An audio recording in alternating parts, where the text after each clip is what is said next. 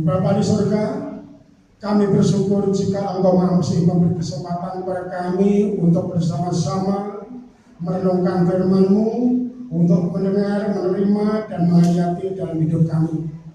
Kami mohon Bapa, pertolongan Roh Kudus untuk mengurapi kami, untuk menjadikan kami mengerti, memahami firman ini, serta untuk menikmati dalam kehidupan sehari-hari.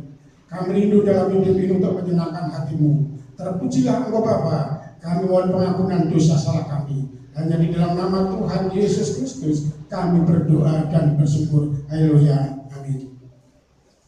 Bapak Ibu Saudara yang dikasihi oleh Tuhan Yesus Kristus, setiap orang hidup mempunyai tujuan, dari anak-anak sampai dewasa. Semuanya mempunyai suatu tujuan. Dan untuk mencapai tujuan itu tentunya tidak mudah. Kalau anak-anak yang sekolah untuk mencapai tujuan, saya ingin menjadi dokter, saya ingin menjadi guru, saya ingin menjadi pegawai tinggi, dan lain sebagainya.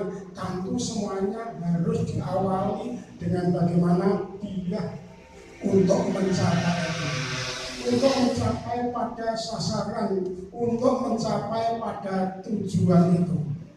Nah Bapak Ibu Saudara, bahkan untuk mencapai tujuan yang dirindukan penuh lika-liku kehidupan, penuh gejolak, penuh tantangan, penuh pencobaan.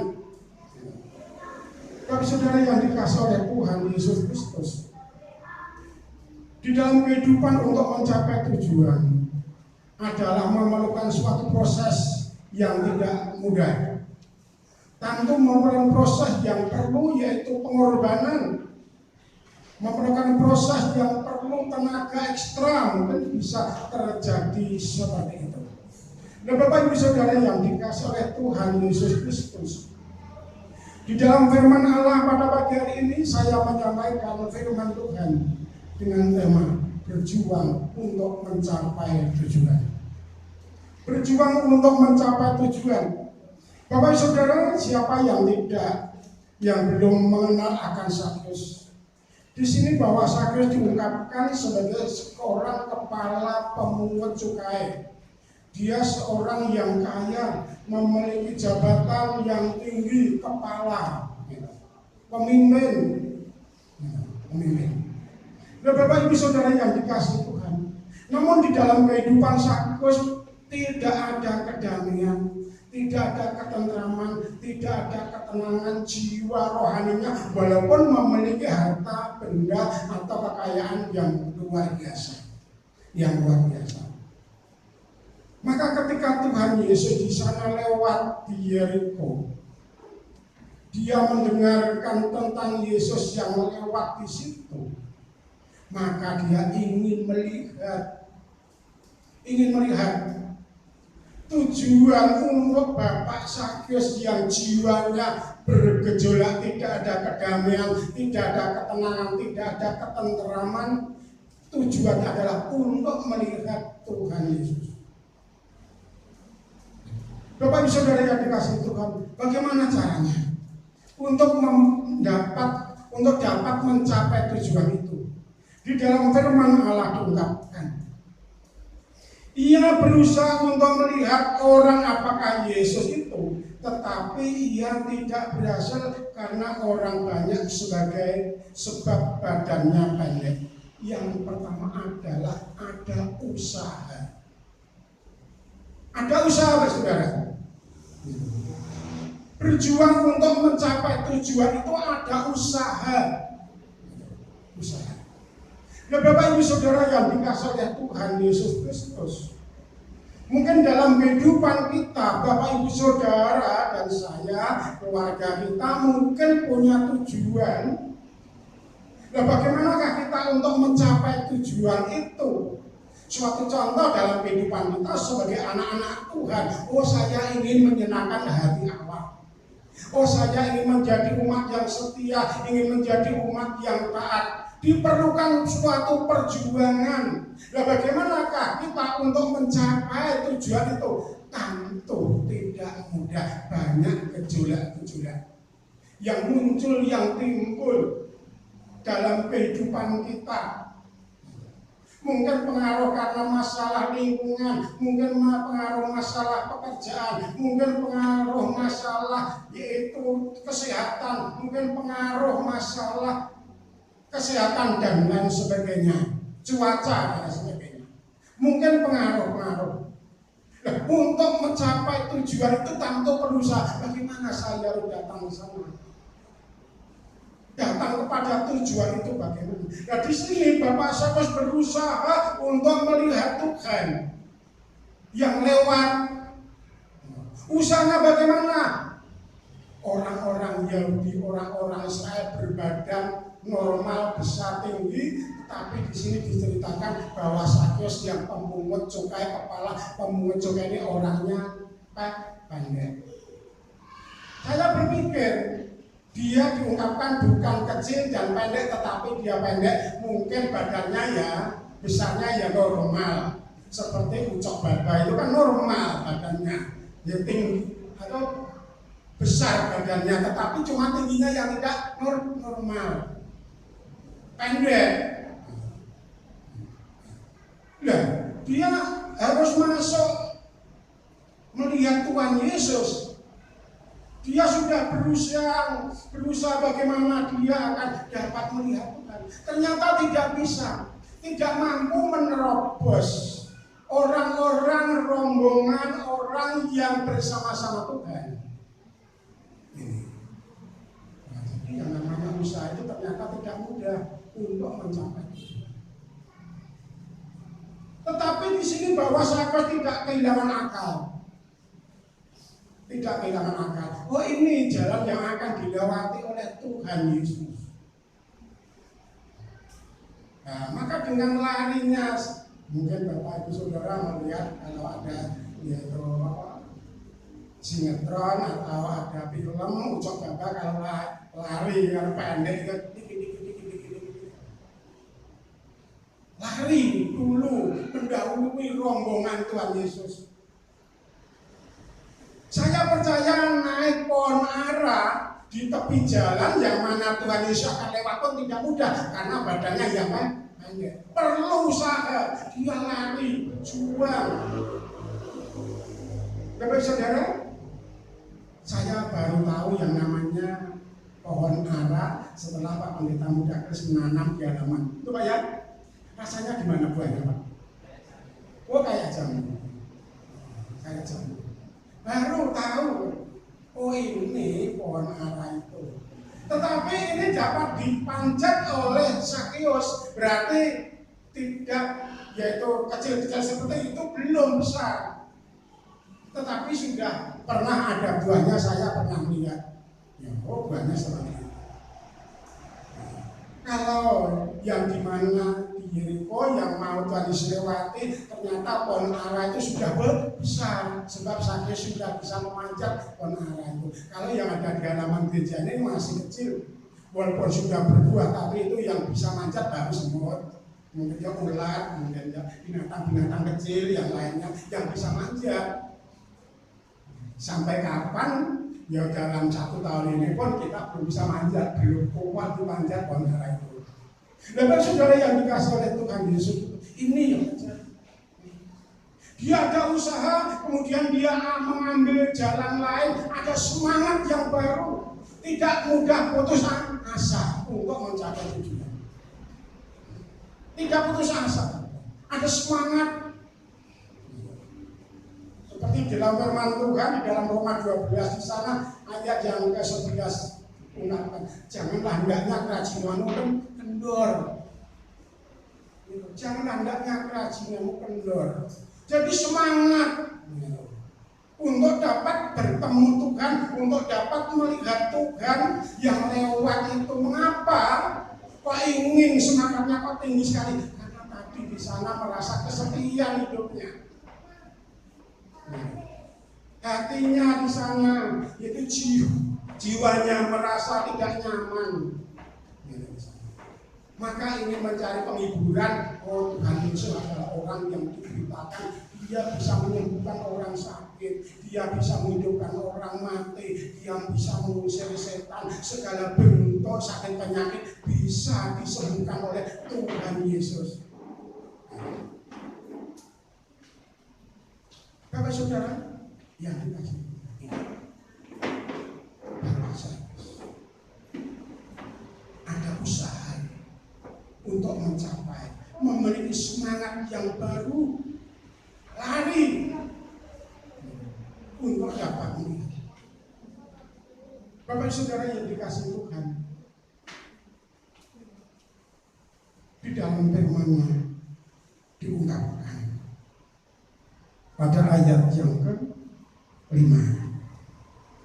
Ketika Yesus sampai ke tempat itu, ia melihat ke atas dan berkata, "Sakyus, segera turun sebab hari ini aku harus menumpang di rumahmu." Luar biasa. Yeremia pasal yang ke-29 ayat yang ke-13 mengungkapkan,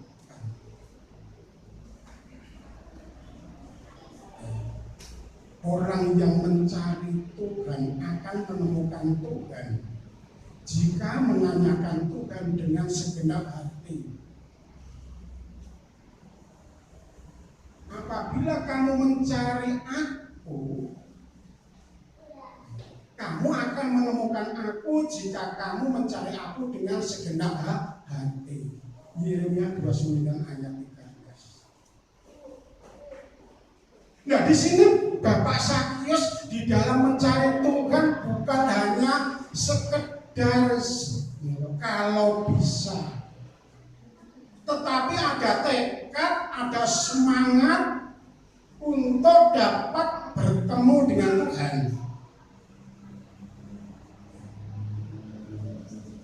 Maka akhirnya di dalam ayat di sini, ketika Tuhan Yesus lewat di bawah pohon ara, Sakyus yang ada di atas itu, "Hai Sakyus, turunlah, sebab hari ini aku harus menumpang di rumahmu." Harus menumpang dalam arti di sini tidak ditunda-tunda. Ya, tidak ditunda-tunda. Kapan-kapan aku ke rumahmu, mudah-mudahan aku lewat sini lagi, tidak, tetapi harus menumpang di rumahmu. Dalam arti apa yang diungkapkan oleh Tuhan kepada Sakyus ini adalah pasti. Bapak Saudara, jadi apa yang diharapkan oleh Sakyus dengan kenyataannya berbeda, lebih besar dari apa yang diharapkan. Yang diharapkan hanyalah ingin melihat. Tetapi kenyataannya bahwa Sakyus tidak hanya dapat melihat, justru Tuhan Yesus akan menumpang di rumahnya, akan menjadi sahabat setianya. Bapak Saudara, mungkin kalau di dunia ini kita punya saudara, punya sahabat, teman. Mungkin suatu saat kok pergi jauh, suatu saat sedikit masalah kok meninggalkan saya. Mungkin terjadi seperti itu. Tetapi kalau sahabat yang satu ini, Yesus Kristus, tidak akan pernah pergi. Ada satu ujian. Mungkin Bapak Ibu Saudara sudah hafal tentang ujian ini. Ada satu sobatku yang setia, tak pernah dia tinggalkan diriku pada waktu ketika aku susah, aku sedih. Dia selalu menemani diriku. Namanya siapa? Yesus. Namanya Yesus. Biasanya yang meninggalkan itu bukan Yesus, tetapi siapa? Kita. Tetapi satu sobat yang setia, ada satu sobatku yang setia, yang tidak pernah meninggalkan diriku pada waktu aku susah, waktu aku sendirian, yaitu Yesus. Dia selalu menemani. Waktu susah, waktu senang, waktu mungkin kita sedang berhasil, waktu kita sedang nihil, sedang untung maupun buntung. Di sini Tuhan selalu menemani, tidak pernah meninggalkan kecuali kita yang meninggalkan. Nah di sini Bapak Sakius, saudara, memperoleh sahabat yang setia itu, yaitu Yesus Kristus. Kalau di dalam lingkungannya karena pekerjaan sebagai pemungut cukai, dia dikucilkan oleh masyarakat, oleh lingkungan, orang-orang Yahudi di sana karena dia lebih loyal terhadap penjajah Kaisar Roma daripada bangsanya sendiri. Karena dia pemungut cukai, bahkan menaikkan harga pajak. Kalau pemerintah Kaisar memerintahkan, oh kamu naik, kamu tarik pajak 5 dinar, ya.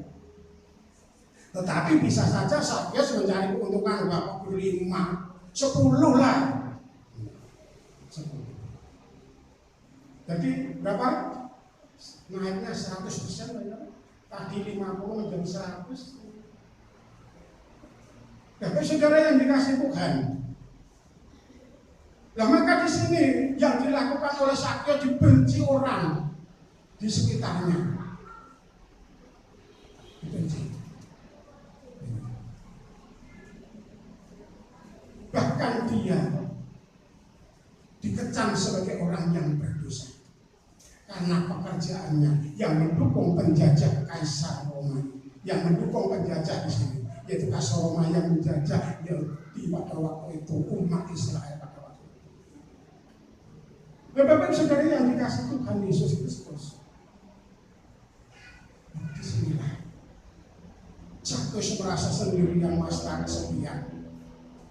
Tetapi Tuhan di sini sanggup untuk menjadi sahabat setianya, menjadi sahabatnya. Luar biasa. Mungkin Bapak Ibu Saudara dan saya juga sudah pernah merasakan bagaimana kita bersahabat dengan Tuhan. Pak Karyono tadi, yaitu dalam kesaksiannya di sini, Pak Karyono merasakan mujizat yang dari Tuhan dan dirasakan itu.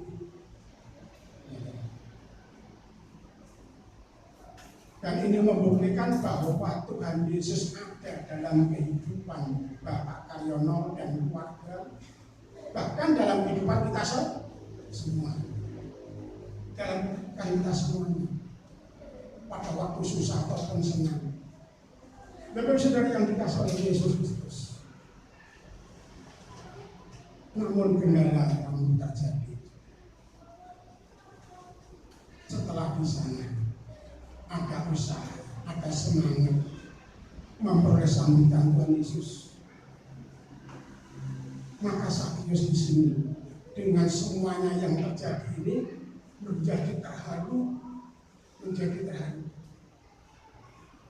Namun di tengah-tengah sukacita Bapak Sakius ada orang-orang yang tidak senang.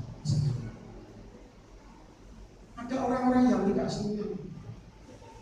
Mungkin Bapak Ibu Saudara ketika awal percaya Yesus, menerima Yesus, mungkin ada juga, mungkin keluarga kita, mungkin saudara kita, mungkin tentang tetangga kita yang tidak setuju dengan kita karena kita percaya Yesus, tidak senang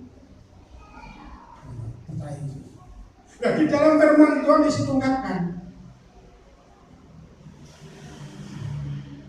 tetapi ayat yang ke-7, tetapi semua orang yang melihat hal itu bersungut-sungut, katanya ia menumpang di rumah orang berdosa.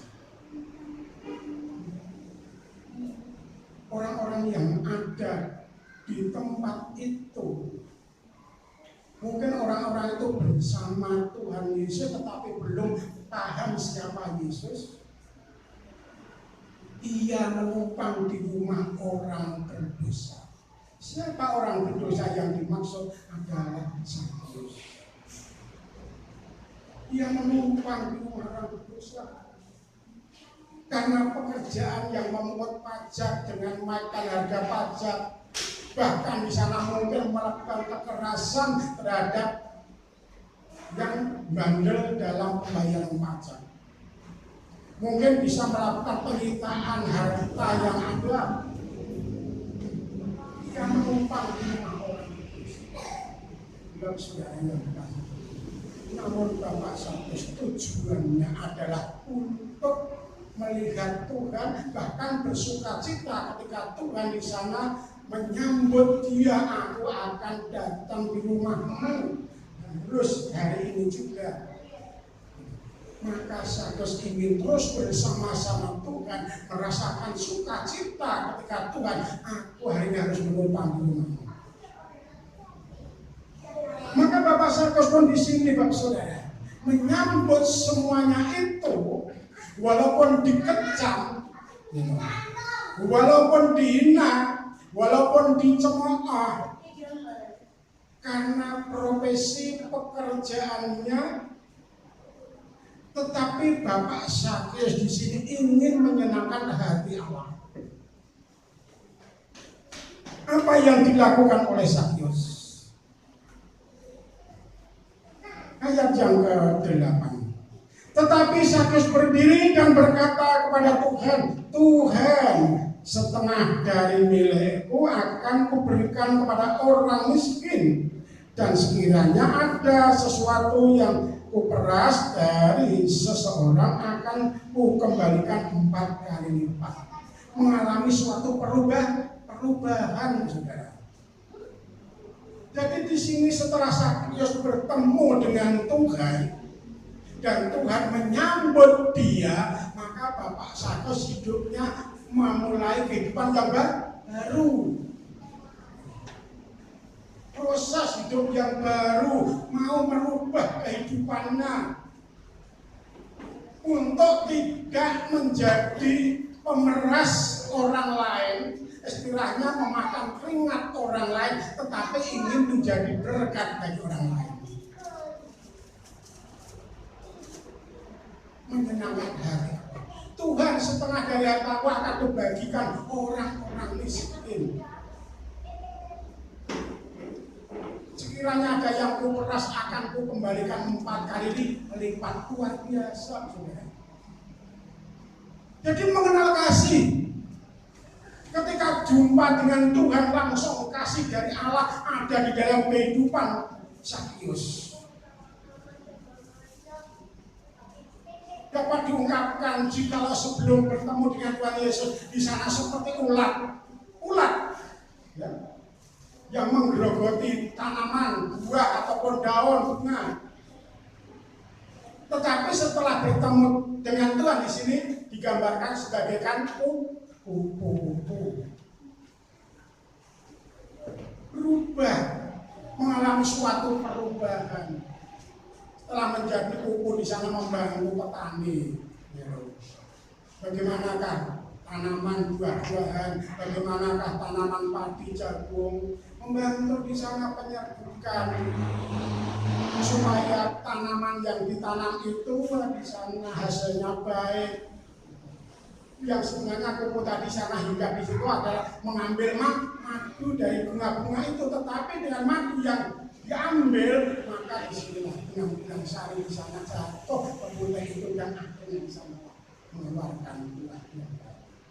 Dan Bapak Ibu Saudara yang dikasihi oleh Tuhan, maka di sini di dalam firman Allah pada Matius 25 diungkapkan.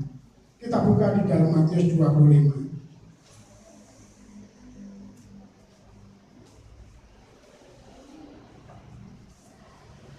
Saya akan bacakan firman Allah.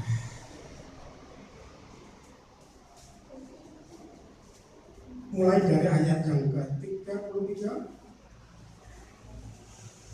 Matius 25 ayat 33.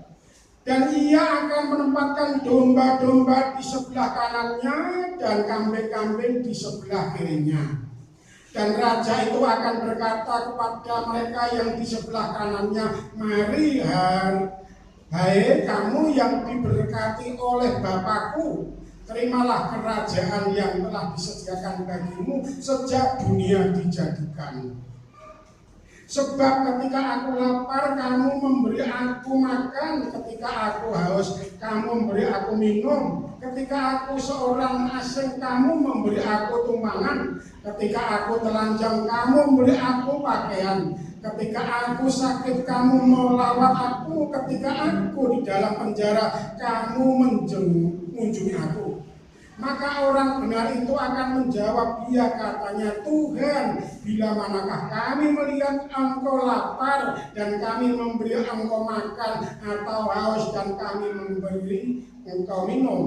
Bila manakah kami melihat engkau sebagai orang asing dan kami memberi engkau tumpangan, atau telanjang dan kami memberi engkau pakaian? Bila manakah kami melihat engkau sakit atau dalam penjara dan kami mengunjungi engkau? Dan raja itu akan menjawab mereka, aku berkata kepadamu, sesungguhnya segala sesuatu yang kamu lakukan untuk salah seorang dari saudaraku yang paling hina ini, kamu telah melakukan untuk aku. Ini perubahan Sakyus digambarkan sebagai domba yang ada di sebelah kanan raja. Jadi di sini diungkapkan dia memiliki kepedulian kepada orang-orang lemah, orang-orang hina, orang-orang miskin. Kalau di dalam firman Tuhan di sana tadi mengungkapkan, Tuhan setengah dari hartaku akan bagikan kepada orang miskin. Dan sekiranya ada yang kau peras akan kau kembalikan 4 kali lipat. Nah, di sini luar biasa perubahan bagi Sakyus di dalam Kristus. Bapak Ibu Saudara yang dikasihi Tuhan, maka dengan perubahan ini, maka nama Allah dimuliakan, nama Allah diagungkan. Sebab apa yang dilakukan oleh Sakyus untuk kemuliaan Allah. Sejak dia mengenal Kristus, dia siap untuk menjadi berkat bagi yang lain. Siap menjadi berkat bagi yang lain. Terhadap sanak saudara tetangga yang membutuhkan suatu pertolongan Sakyus. Bapak Ibu Saudara yang dikasihi, inilah mengalami suatu pembaruan kehidupan. Proses tidaklah mudah. Memang perlu suatu perjuangan dalam hidup.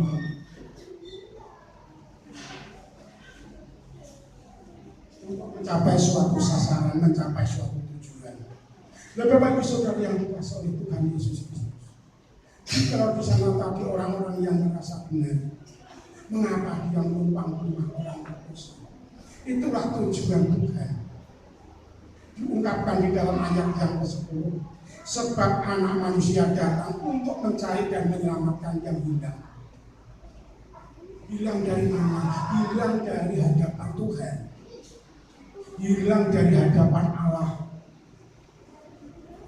Dengan kedatangan Allah dalam Kristus di sini, maka orang-orang yang tersesat itu boleh diselamatkan, dibawa kembali untuk bersekutu dengan Tuhan. Kalau di dalam ayat yang ke-9, kata Yesus kepadanya, hari ini telah terjadi keselamatan kepada rumah ini, karena orang ini pun anak Abraham. Anak Abraham, bukan anak secara biologis, bukan, tetapi anak rohani atau perjanjian di mana Tuhan yang berjanji kepada Abraham. Termasuk Bapak Ibu Saudara dan saya, sebenarnya kita yang percaya Yesus adalah juga anak-anak Abraham. Anak rohani, anak pilihan, umat pilihan Tuhan. Dan Bapak Ibu Saudara yang dikasihi Tuhan Yesus Kristus, inilah luar biasa dalam kehidupannya. Tapi saudara yang dikasih Tuhan, dalam kehidupan kita tentu punya suatu tujuan. Dan tujuan itu tentu tidak mudah untuk kita jangkau. Tetapi kita jangan putus asa. Jangan putus asa. Asal kita memiliki tekad, semangat yang tinggi dan percaya kepada Allah. Percaya kepada Tuhan. Tidak ada yang mustahil. Tuhan bersabda di dalam Markus, tidak ada yang mustahil bagi orang yang percaya. Tidak ada yang mustahil. Tuhan pasti memelihara. Seperti di sini Sakyus, di dalam kehidupannya terisolir karena pekerjaannya, profesinya. Tetapi Sakyus telah menemukan Tuhan Yesus, sehingga dia mengalami pembaharuan hidup dan akhirnya dia mengenal bagaimana harus mengasihi. Walaupun di sini tidak diceritakan akhirnya Sakyus bersahabat dengan banyak orang, tetapi saya percaya dengan apa yang dilakukan, dengan kasih yang tinggi yang disalurkan, maka Sakyus akhirnya banyak teman, banyak sahabat, banyak saudara. Saudara yang dikasihi Tuhan, marilah kita berusaha untuk mencapai tujuan kita. Mari kita berjuang dengan semangat untuk mencapai tujuan itu. Dan jika kita ada usaha, ada semangat yang baru, tidak mustahil apa yang kita rindukan, baik di dalam keluarga, rumah tangga kita maupun di dalam gereja kita, pasti semua akan terlaksana. Seperti Sakyus yang tujuannya hanya ingin melihat, tetapi justru akhirnya di sana Tuhan Yesus menyambut, kamu jadi sahabat, jadi sahabat, menerima sahabat. Dan karena menjadi sahabat Kristus, maka dia akhirnya akan menyenangkan hati Tuhan, menyenangkan hati Kristus untuk melaksanakan apa yang menjadi perintah Tuhan dengan mengasihi orang lain. Dengan semuanya itu berkat Allah mengalir terselamatkanlah jiwa rohaninya saat di dunia maupun di alam kelangsungan di surga. Tuhan menempatkan sebagai domba yang di sebelah kanan. Tuhan mengaruniakan hidup yang kekal. Amin, saudara. Tuhan memberkati kita. Mari kita akan duduk kepala kita dan berdoa. Bapa di surga, kami mengucap puji dan syukur kepada Engkau karena Engkau memberkati kami melalui keteladanan Bapak Sakyus Tuhan. Bapak Sakyus di sana di dalam kehidupannya, yang dalam kehidupan jiwa rohaninya, sebelum mengenal Engkau kosong, tidak mengenal kasih belas kasihan. Namun setelah dia mengenal Engkau Bapa, dia dapat menerapkan kasih, dapat menerapkan kasih yang dari Engkau peduli kepada yang lain, dan dia menyadari bahwa hidupnya tidak bergantung kepada harta benda, bahwa hidupnya tidak bisa mengandalkan harta benda, tidak bisa mengandalkan kuasa, derajat pangkat kedudukannya, tetapi hanya mengandalkan iman dan kesetiaan kepada Engkau. Terpujilah nama-Mu Tuhan. Kami berdoa, kami mohon bimbingan dan pertolongan-Mu seluruh kehidupan umat-Mu ini Bapa. Berkatilah kami untuk kami boleh meneladani akan kehidupan Bapak Sakyus ini, dan Engkau pakai kami untuk hidup menjadi garam, menjadi terang, menjadi saksi-Mu di mana kami berada, untuk menyenangkan hati-Mu Tuhan. Terpujilah Engkau Bapa, terpujilah Engkau Yesus. Kami bersyukur atas firman-Mu Bapa. Namun jika ada kekurangan, dosa, kesalahan kami dalam ibadah dari-Mu, kami mohon pengampunan Tuhan. Kerinduan kami hanya untuk menyenangkan hati-Mu. Bapa sehingga umat akan kembali pulang ke rumah masing-masing. Engkau akan menuntun, Engkau akan menyertai mereka, baik yang dekat maupun jauh. Dan Tuhan akan memberkati kehidupan mereka. Terpujilah Engkau Bapa, ulurkanlah tangan Bapa sebelum mereka pulang. Bapa, kami berdoa untuk mereka. Berkatilah rumah tangga setiap jemaat ini. Berkatilah Bapa setiap usaha wirausahanya. Berkati untuk pertaniannya, peternakannya. Engkau berkati di dalam mereka tabur menekuni profesinya. Engkau memberkati. Berkati mereka saat keluar maupun masuk dalam kehidupan di rumahnya.